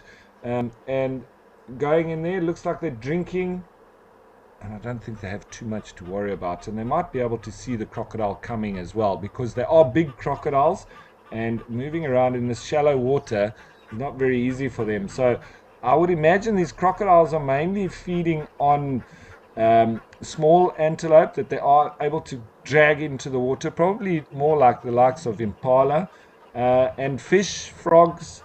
There's probably quite a bit of catfish in this water, so they'd feed on that quite easily.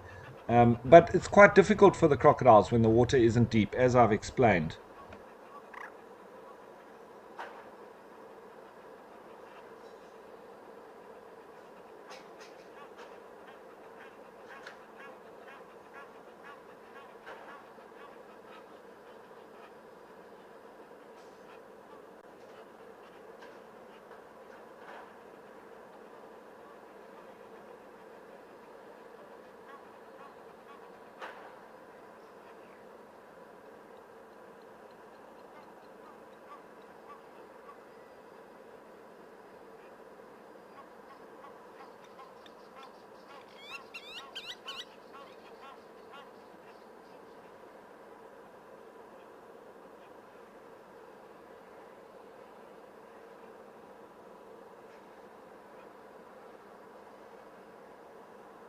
As we see, another hammerkop that's just flown in there and just landed just over the top of where those white-faced whistling ducks were. Now it's disappearing off on your bottom right corner.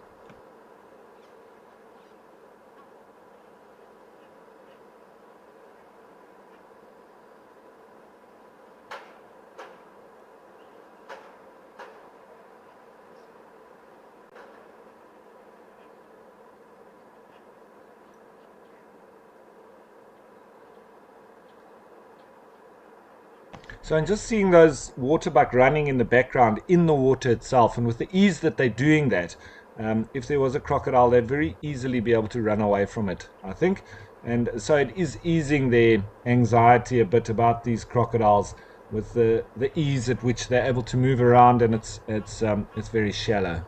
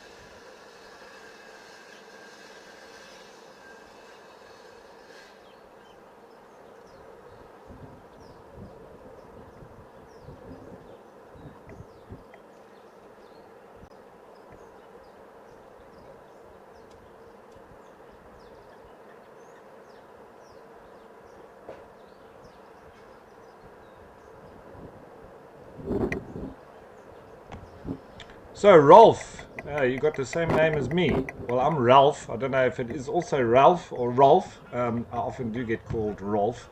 No, so you are in fact Rolf. I'm Ralph. Nice to meet you, Rolf. No, I'm pretty sure that they're different species, but whenever I'm not sure, I go and research. So I'm just going to double check for you, Rolf. And as I say, my initial thought process is that there are two very different species, but obviously from the same family. But let me just double check. I'll get back to you in a little bit.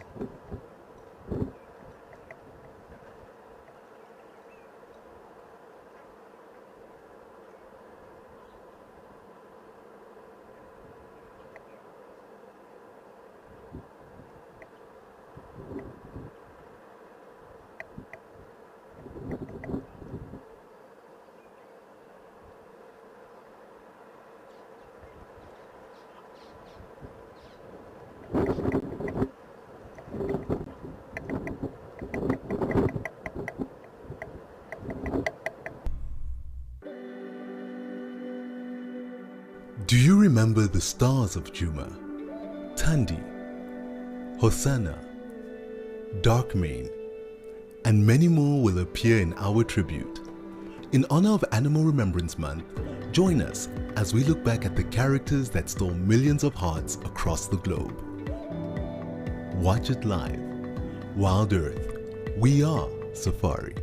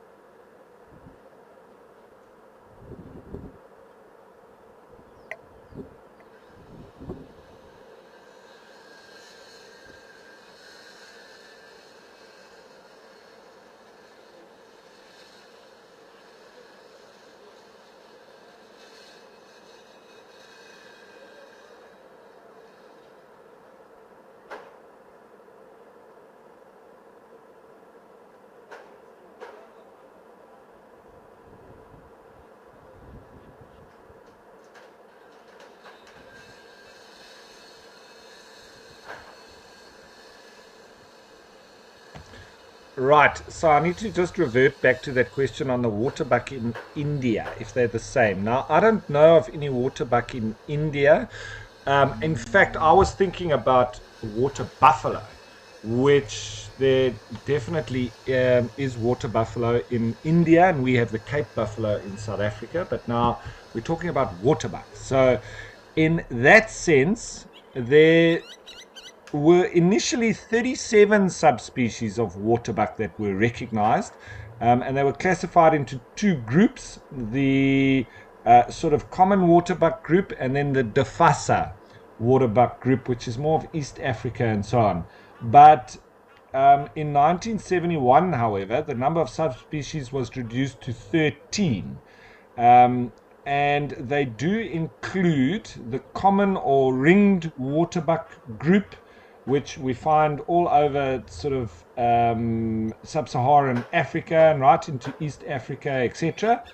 Then there's the Defasa waterbuck group, which is found west of the Gregory Rift, ranging from Ethiopia to Senegal and south into Zambia. Then there's the Angolan Defasa waterbuck, found in southern Gabon, southern Congo, Angola, and a little bit into Namibia along the Okavango River. Then the Rhodesian Defasa waterbuck, all around Zambia and the upper Zambezi, and then further east and into Congo as well. The East African Defasa waterbuck, obviously in East Africa, and the Sing Sing waterbuck, that's in Cameroon and west from there into Senegal. So yes, my initial thought around there being a waterbuck in India is just purely because I've got very little knowledge of the wildlife in India. So I do apologize, but it does seem that they are only limited to Africa with those 13 different subspecies.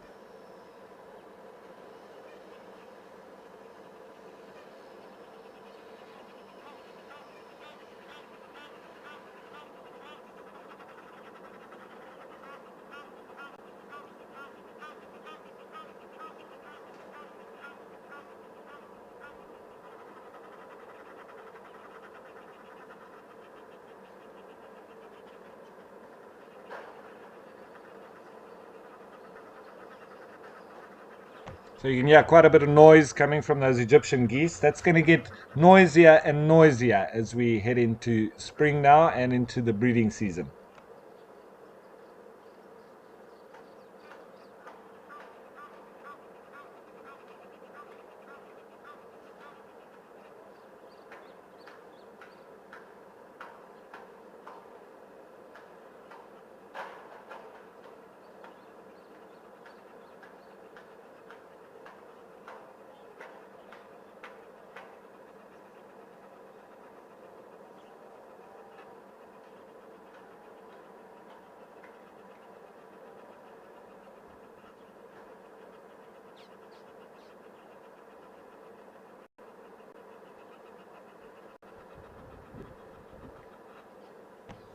Couple of nice big male kurus there. That's awesome. They've got very nice horns to them.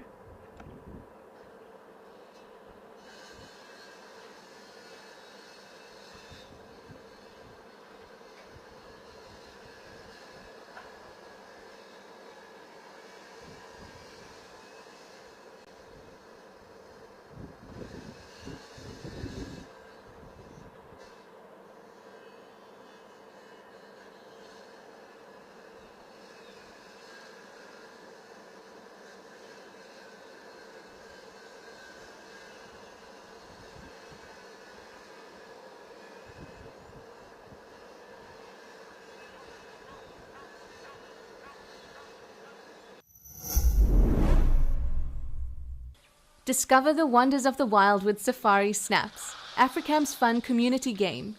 While enjoying the live streams, simply tag the animal you spot. Each tag earns you points based on the rarity of the species. The rarer, the more points you score. Your profile and the Safari Snaps leaderboard will keep track of your impressive tagging skills. Join us on Safari Snaps and let's celebrate the wonders of African wildlife together.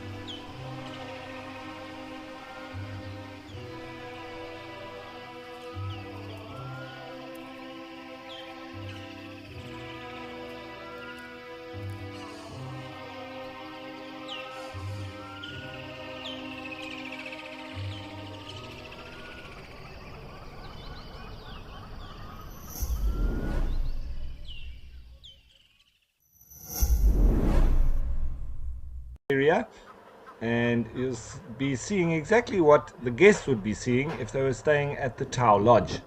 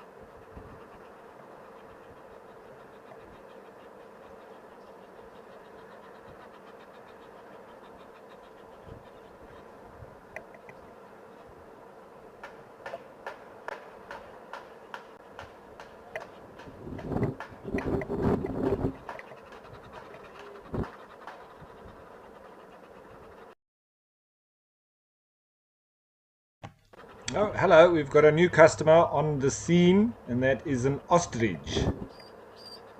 And there's some ground squirrels running around in the foreground, I think it is.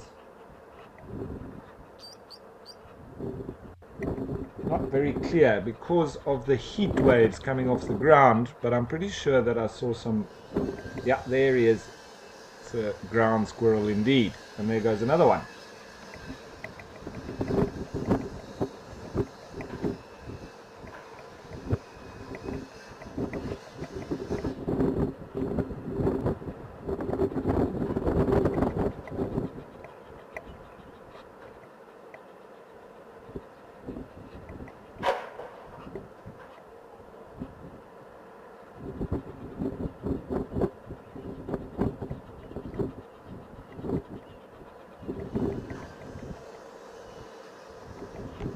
So the ostriches will probably be one of the most comfortable in this nice dry hot weather. Those ground squirrels as well, they also desert adapted species, so you find them in semi-arid to arid areas.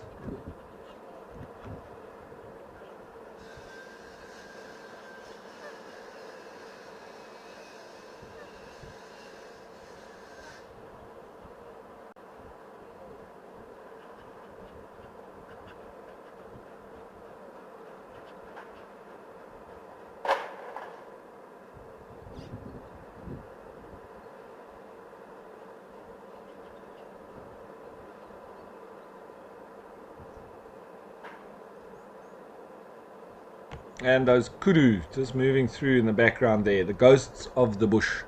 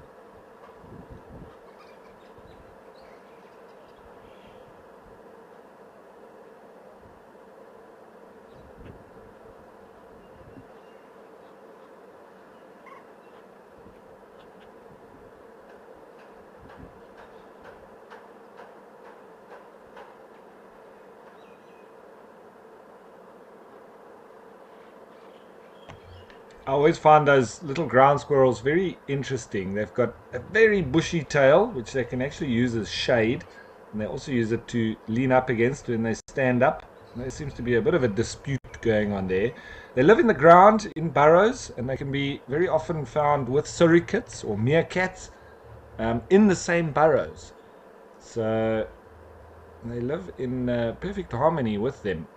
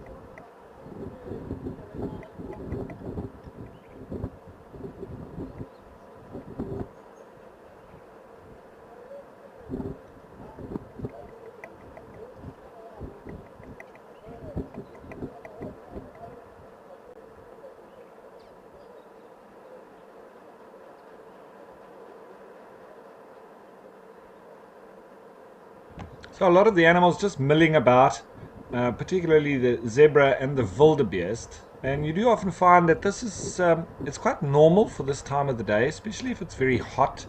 It's energy efficiency, as well as I think the animals take it as an opportunity to rest, because they need to be a little bit more aware at night when they're not able to see as well.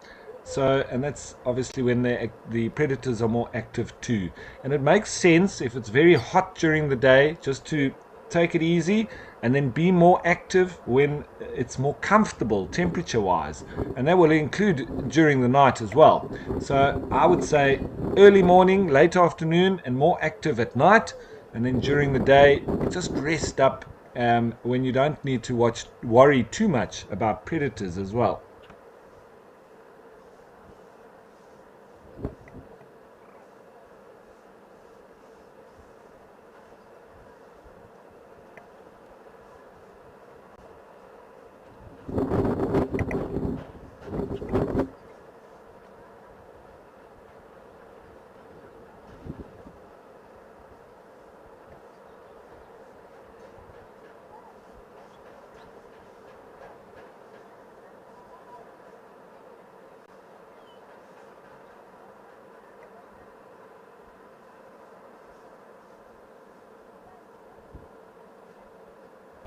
So they say that spurwing geese actually feed a lot on toxic plants, the likes of milkweed and so on. And as a result of that, it does make their meat relatively toxic too. So not a lot of animals actually eat spurwing geese, and it's advised not to eat them as humans as well because of these toxins that remain inside the flesh.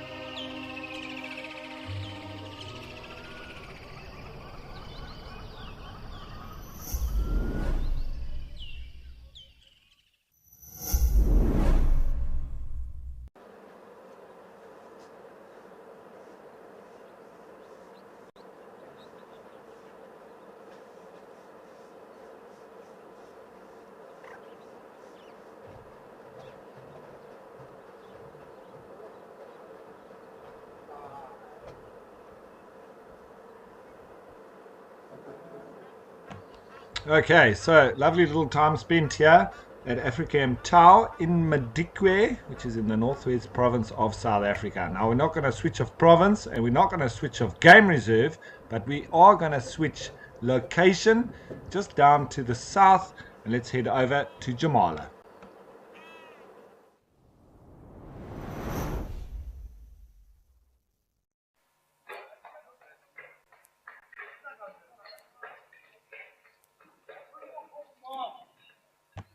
Where it's also rather dusty and dry, and also got lots of zebra, and I'm sure there might be some wildebeest around as well, and there's some warthogs too. Lovely.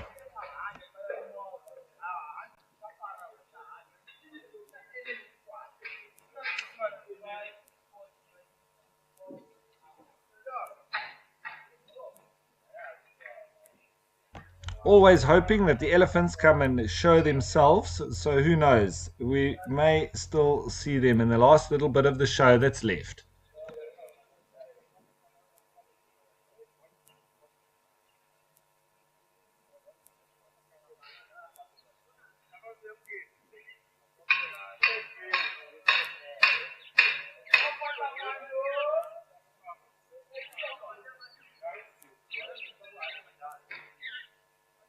Nice to have some impala here as well, and of course there's our blue wildebeest.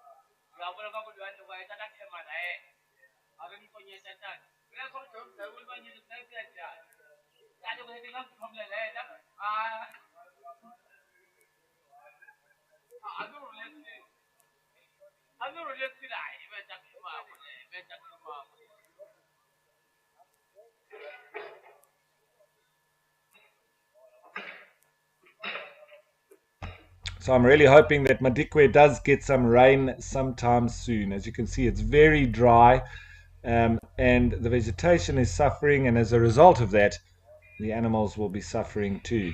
So the sooner the rain comes, the sooner we're going to have regrowth and lots of greenery, and the animals won't have to work so hard for their food, and it will be way more nutritious.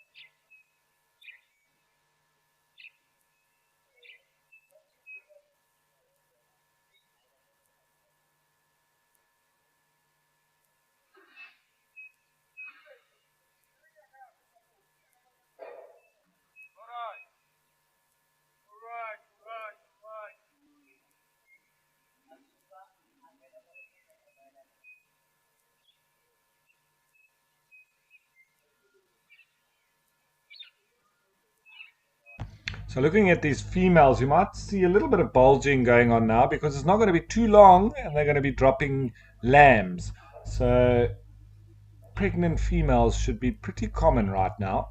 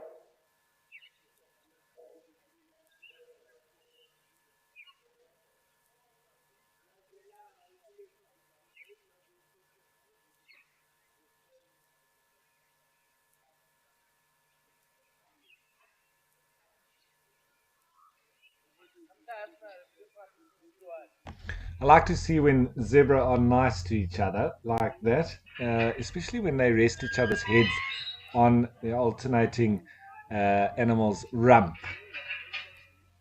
Makes for lovely pictures, and it just gives a sense of camaraderie between them, even though we know that they can be terrible towards each other, kicking, biting. Um, it's nice when we see the softer side.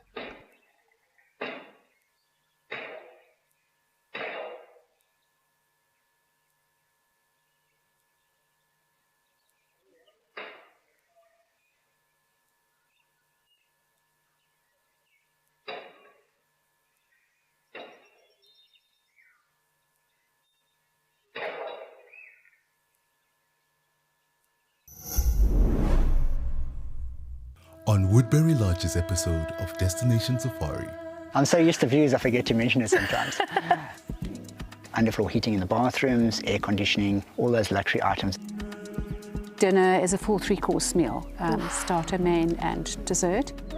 Early morning drive, and on that drive you might see some slightly different things, some rare things. Destination Safari, bringing luxury safari travel to the world.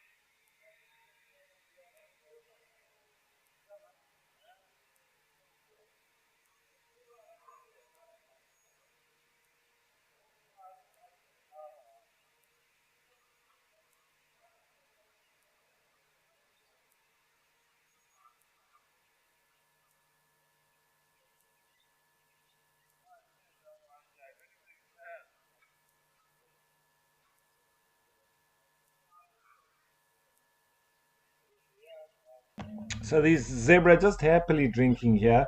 You can see everyone's almost starts going in a little bit of slow-mo. The hotter it gets, the less activity that the animals put out.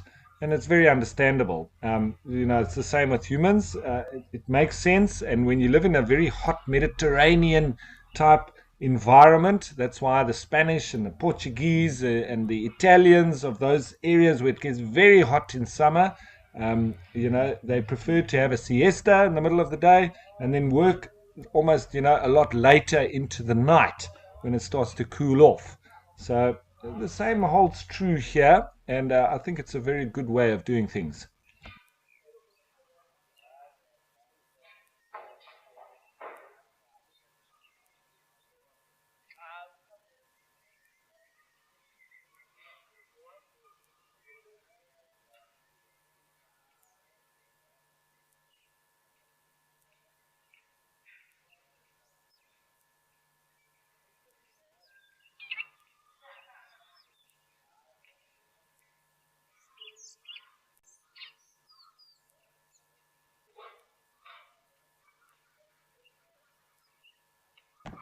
So slowly heading into the last little bit of the show. What was the most exciting or enjoyable part of the show for you? Well, for me, I did enjoy that African hawk eagle, as well as the discussion around the quagga. So those two were the most enjoyable for me, anyway. And that being said, don't forget that later on today, 2:30 to be precise, there will be the sunset safari. And then tomorrow morning from 6:30, there will be the sunrise safari. And then I'll be here again at 9:30 to 12:30 at live at the Waterhole. So we hope to have you back, and we hope that you've enjoyed today's show. Although it's gone a little bit quiet now, that is the ways of the wild. When it gets very hot, it does mean there will be less activity. We always do, however, hope that it's going to drive the animals to come down and drink, and that's what we've seen. And well, today no elephants, but we had the lions, which was fantastic, and that's the first time for me as well on live at the Waterhole. So you never know what tomorrow's going to bring, so we hope to see you back here once again tomorrow.